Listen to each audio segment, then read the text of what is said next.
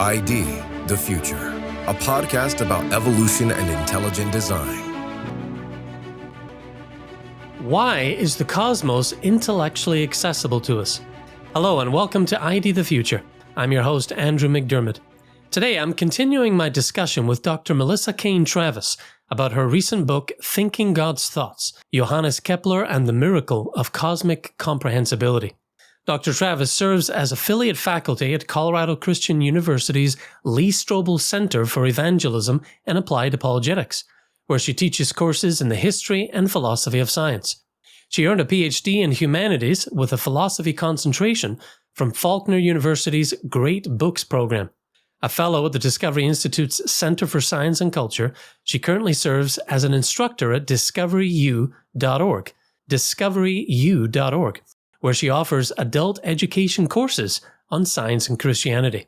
Something to check out. Melissa, welcome back. Hi, Andrew. Thanks for having me. I'm excited to talk about this further. Absolutely. What an awesome book you've put together. Well, this is the second of 3 conversations we're having about thinking God's thoughts. In part 1, you introduced us to the concept of cosmic comprehensibility. You gave us some background on your good fellow Kepler and what kind of upbringing he had.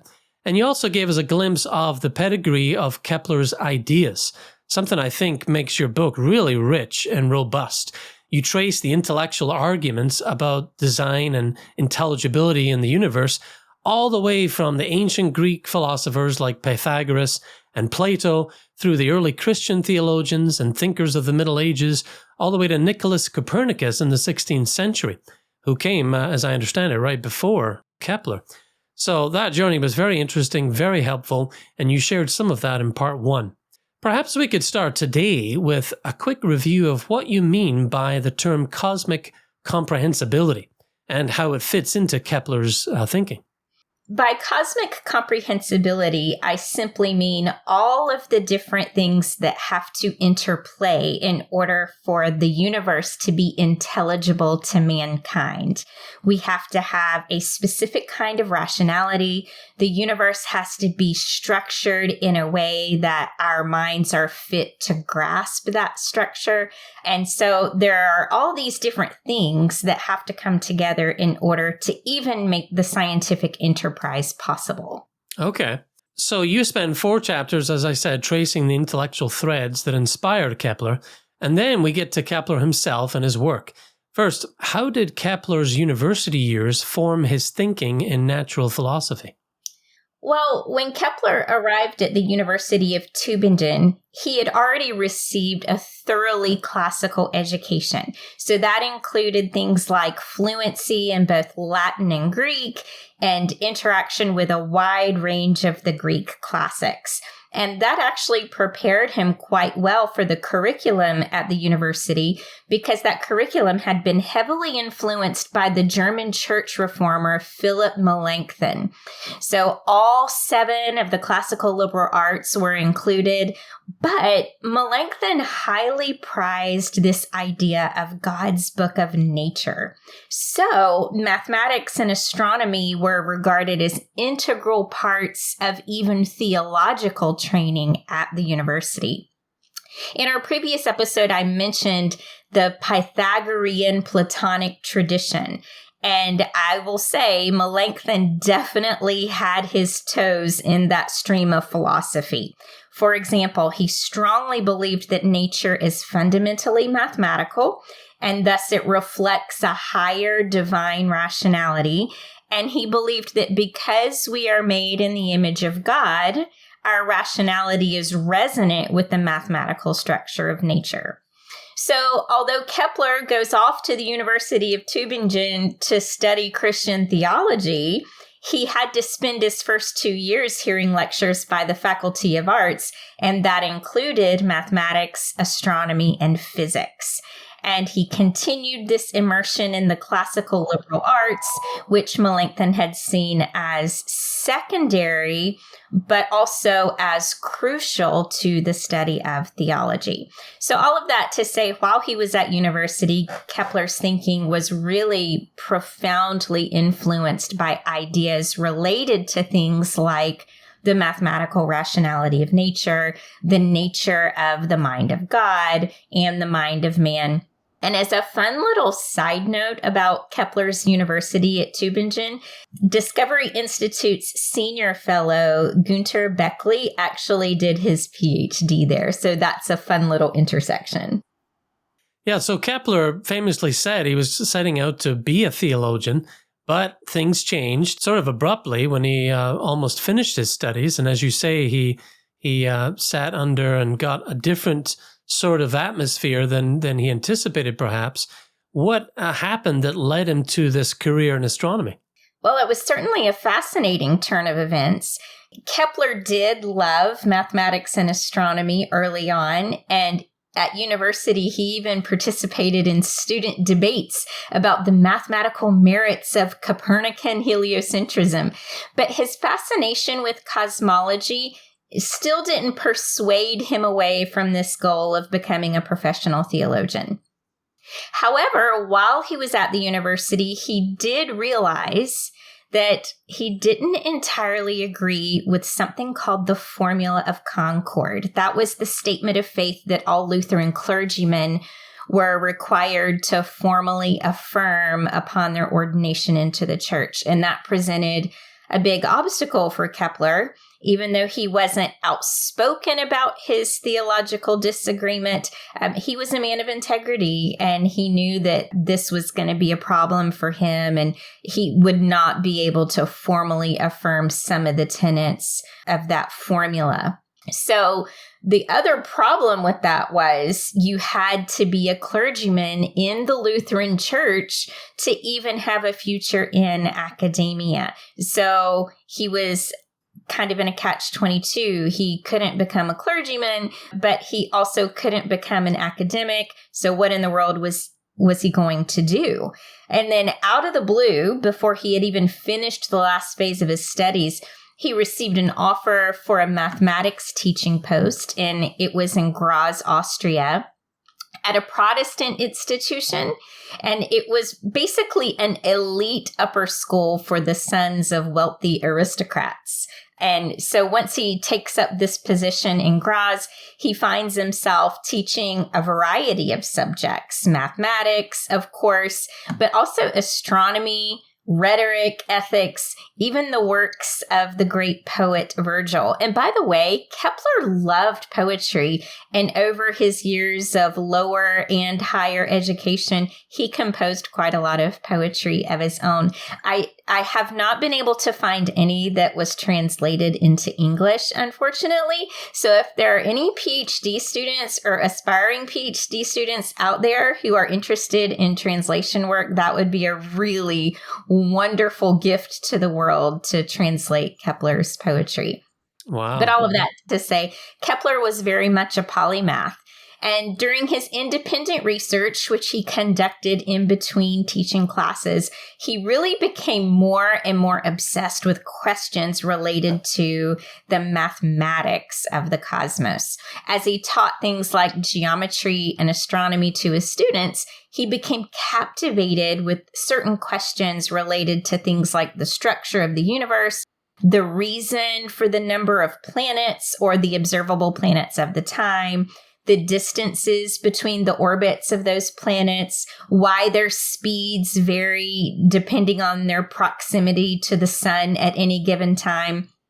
And he began to suspect that the answer to these kinds of questions had something to do with an aesthetically harmonious, intellectually pleasing geometrical scheme of some kind. Because we're made in God's image, we would be drawn to a cosmic architecture with those qualities. And this is what really ignited this tremendous lifelong zeal that he developed for the discipline of astronomy. Very interesting. Now, his first major work, the Mysterium Cosmographicum, or Mystery of the Universe, is often described as a strange mystical exercise in Pythagorean cosmology. Now, you disagree with this assessment. Tell us why. Yeah, okay. So while he was still at this teaching post in Graz, Kepler published his first book, the Mysterium Cosmographicum, or the Mystery of the Cosmos, in which he argued for a cosmology that was based on this 5-member set of what are called the Platonic solids. So you have the tetrahedron, the cube, the icosahedron, the octahedron, and the dodecahedron. Platonic solids is a 5-member set of convex regular polyhedra that have all congruent faces and the same number of faces that meet at each vertex on the polyhedron. So if you Google that phrase, Platonic solids, you'll be able to see all sorts of wonderful diagrams that do a great job of showing those. So in this first treatise, the Mysterium Cosmographicum, Kepler's career as an astronomer was essentially launched. Now, of course, it eventually turned out that his geometrical model was incorrect. So no matter how much Kepler modified it, tweaked it, revised it, trying to make it work because he thought it was just that beautiful, it simply wouldn't work. But there are scholars, an example would be the historian of astronomy, Owen Gingrich, who incidentally just passed away last spring. And then science biographer Kitty Ferguson would be another, who have argued that Kepler's polyhedral theory isn't just some weird Pythagorean curiosity that we should just relegate to the dustbin of history. Rather, it was actually Kepler's work on this theory, as wrong as it was, which was motivated by this search for some kind of cosmic harmony, a mathematical scheme that would help him to integrate speed variations, orbital diameters, and the number of planets in a way that was intellectually delightful. And that paved the way to his breakthroughs, actually. He keeps tweaking the polyhedral theory over and over in all sorts of different ways. At one point, he even tried using musical scales to make sense of the data. And all of these mathematical acrobatics led him to the discovery of what's known as the harmonic law, also known as the third law of planetary motion. So all of that to say, it was this very strange, convoluted path that was actually based on incorrect mathematical presuppositions, but it was this deeper expectation of harmony and an intellectually satisfying cosmology that got him to the truth and got him there as early as it did.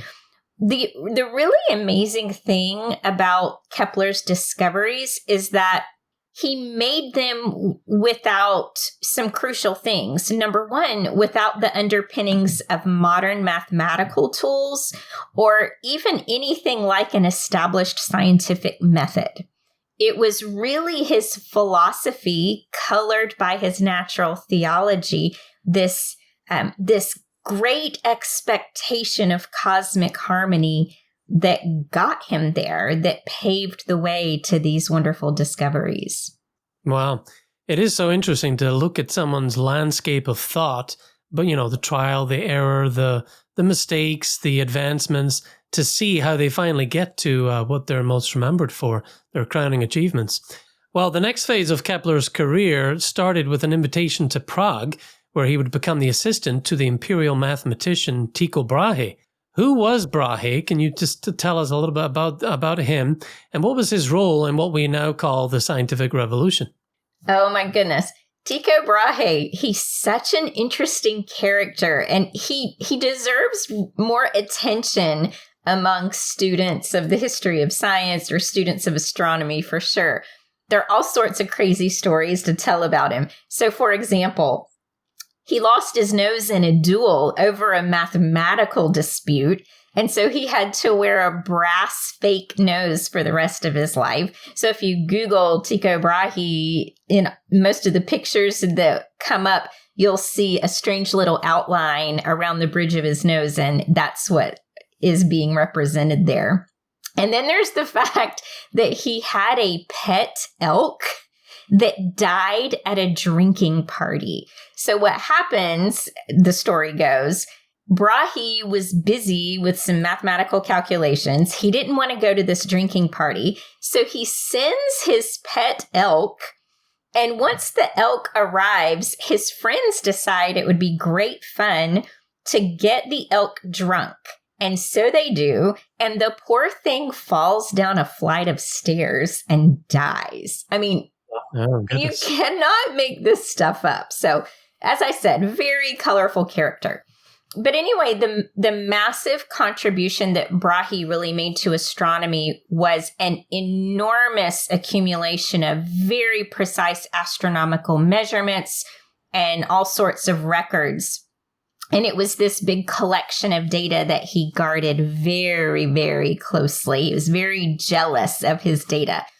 And he developed this novel cosmology that was essentially an alternative to both the reigning Ptolemaic geocentrism, but also to Copernican heliocentrism.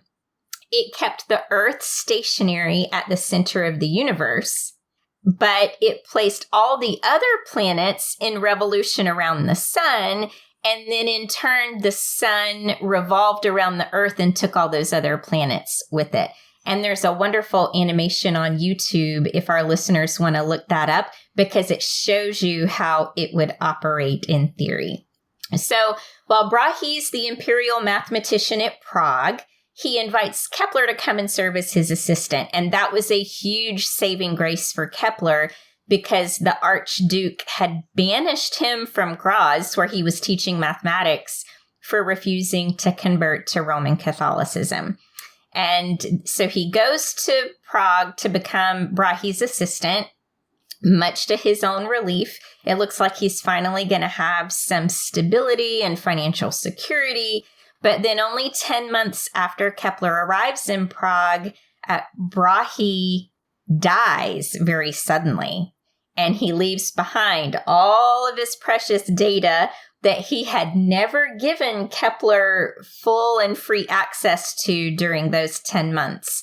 And over time, incidentally, this ridiculous legend sprang up that Kepler must have murdered Brahe by poisoning just to get his hands on the data. And Brahe's remains have actually been exhumed not once, but twice, so that an actual cause of death could be determined. And by and large, it seems most probable that he died of a combination of things. He wasn't in good health. He had what was probably undiagnosed diabetes. He was obese, and he loved his drinking parties. And at a final drinking party that happened just a few days before he died, they think, based upon the chemistry of their investigations, that he actually may have developed a really nasty urinary tract infection. And so all those things converging together are what ultimately did him in. But anyway, Kepler succeeded Brahe as the imperial mathematician. And because he inherited that great intellectual legacy of Brahe's, he was able to make tremendous progress in his work while he was in that position of imperial mathematician. Wow, what a colorful chapter in Kepler's life. Well, can you tell us a little bit about his other two major works, the Astronomia Nova, the New Astronomy, and the Harmonices Mundi, the Harmony of the World? Sure. So once Kepler had that full access to Brahe's treasure trove, he was really better equipped than anyone else of the time to really pursue a mathematical cosmology and what we can now regard as a true celestial physics. That phase of his work was published in 1609, as you mentioned, in the Astronomia Nova, and that was his grand introduction of physics into the discipline of astronomy. And that was a major leap forward that really put Kepler well ahead of all of his contemporaries. And what he was after was a mathematical description for the causes of astronomical phenomena. He was really groping towards a concept of what we now call gravitation.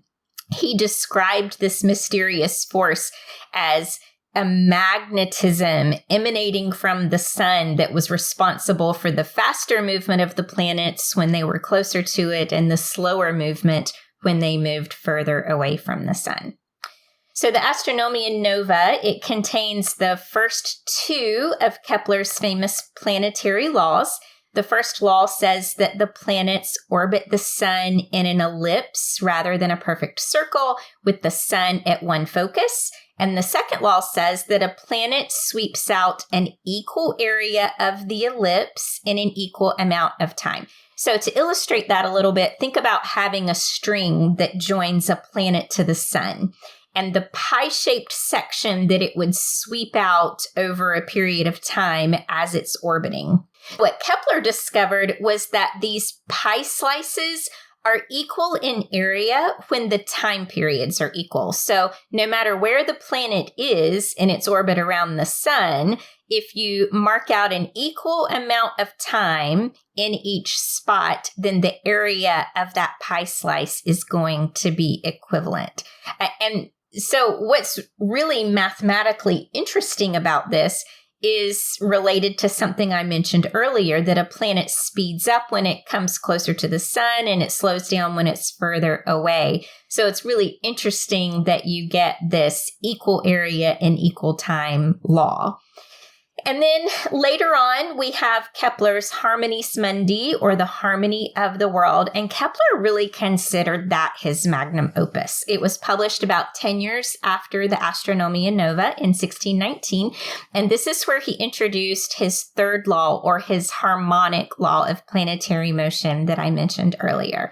And he was so delighted by this law, which mathematically harmonized the distances and the speeds of all the known planets with one elegant equation. So simply stated, this is the hardest one to describe, but I'm going to give it a shot. It's really easier when you're able to show charts, but I'm going to try to describe it verbally. So the harmonic law, simply stated, says that the square of a planet's orbital period, and we would represent that with a capital P, is proportional to the cube of that same planet's mean distance from the sun, which we represent with a lowercase a. And that turns out to be true for every single planet.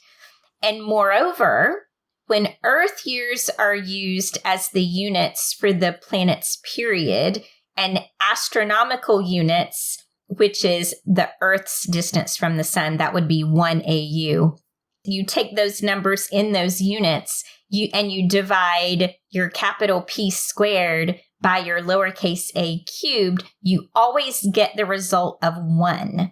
So you really have to look at this on paper to appreciate why this is called the harmonic law, because no matter which planet you're doing this calculation with, you're going to end up with the number 1. The proportion always comes out the same. Wow. And Kepler just took tremendous delight in this law. And I want to read something real quick for our listeners. This is a preface that he wrote to Book 5 of the Harmonies. And this is what he says about this discovery of the harmonic law. He says, "I have brought that discovery into the light and have most truly grasped beyond what I could have ever hoped that the whole nature of harmony in its full extent with all its parts is to be discovered among the celestial motions. It is to be discovered indeed, not in the way which I had mentally conceived, and this is not the least part of my joy, but in a totally different way, and also at the same time a quite outstanding and perfect way." This passage was a wonderful thing for me to first discover in my research, but I will also say it was entertaining to read in the sense that I had just read a biography of Kepler, a very, very short biography by a scientific materialist. And in his book, he talks about, Oh, Kepler must have been so disappointed when he discovered that his beloved polyhedral theory just wasn't going to work after all.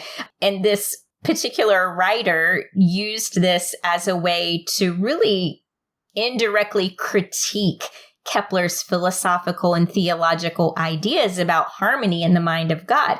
But if you read what I just read, you see Kepler wasn't at all disappointed in this. He's essentially saying things are far more magnificent than I could have even imagined. The harmony is so much more profound.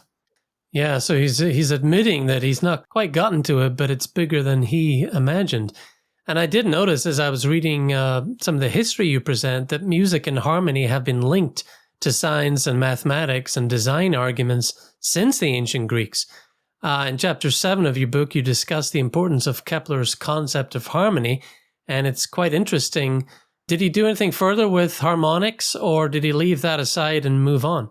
You know, I think that he did some various speculations, but I would like to sort of flesh out exactly what Kepler meant when he talked about the concept of harmony. So he meant harmony in a very classical sense. It's this idea of fitting together different kinds of parts to make an integrated, coherent, and aesthetically pleasing whole system. And that was really the central metaphysical principle that guided his entire life's work. And as I hope our listeners have gathered so far, it was incredibly fruitful. Yeah. Well, eventually we get to chapter 8, where you elaborate Kepler's natural theology. And as we wrap up this episode, I wondered if you could touch on that a little bit. Can you describe his natural theology?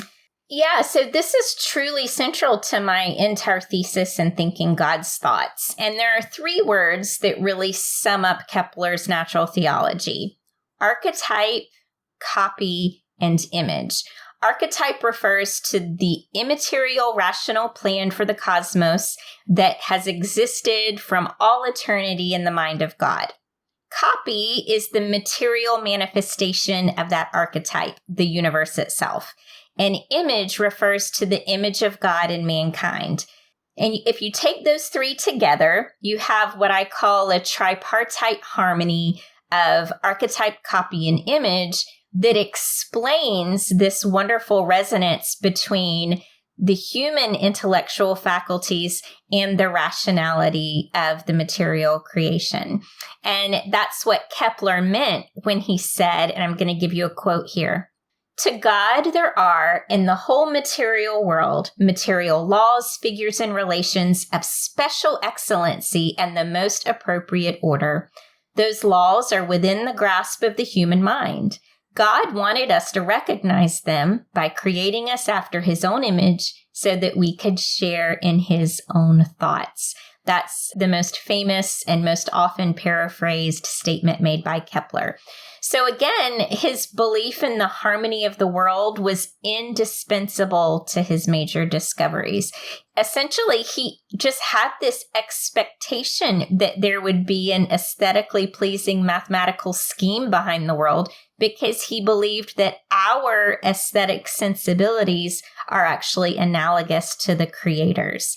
So in Kepler, what I want our listeners to notice is that we see this passionate religious inspiration behind his work, coupled with philosophical convictions about the beauty, the aesthetics of creation. And that's what really motivated and inspired him. And as sort of a side note, but an important side note to this, I think this gives us tremendous insight into that famous why then, why there question about the rise of modern science. Why did it happen when it did, and why did it happen where it did? Because I'm convinced that the discoveries Kepler made would have happened a whole lot later without his natural theology. And that would have delayed what we call the scientific revolution. Right. Goes a long way to answering that famous question. Well, as we close this episode, we'll come back to the tripartite harmony that you referred to in the next episode. What do you think, in summary, made Kepler such a pivotal thinker in the history of Western science? Well, just to put it simply, he was the transitional figure between ancient astronomy and a true celestial physics. And it was his mathematical brilliance for one thing, but for another, his Pythagorean Platonic philosophy and also his intellectual creativity that really got him there. And these are wonderfully unique things that converged in this one brilliant man who just wanted to be able to think God's thoughts. Yeah. And you do a great job of bringing it all together and showing us who Kepler was and the lasting legacy of his thinking. Well, I think that's a good place to break for this episode, but we will come back for a third and final discussion where we wrap up our exploration of Kepler and the intriguing idea of cosmic comprehensibility. Next time, we'll take a deep dive into Kepler's concept of tripartite harmony, the archetype, the copy, the image, and show how it can be applied to contemporary scientific study. Well, Melissa, thanks for your time today. Thank you, Andrew. You can learn more about Dr. Travis's work at melissacaintravis.com. melissacaintravis.com. You can also grab a copy of the book, Thinking God's Thoughts, there. Until next time, I'm Andrew McDiarmid. Thank you for listening. Visit us at idthefuture.com and intelligentdesign.org. This program is copyright Discovery Institute and recorded by its Center for Science and Culture.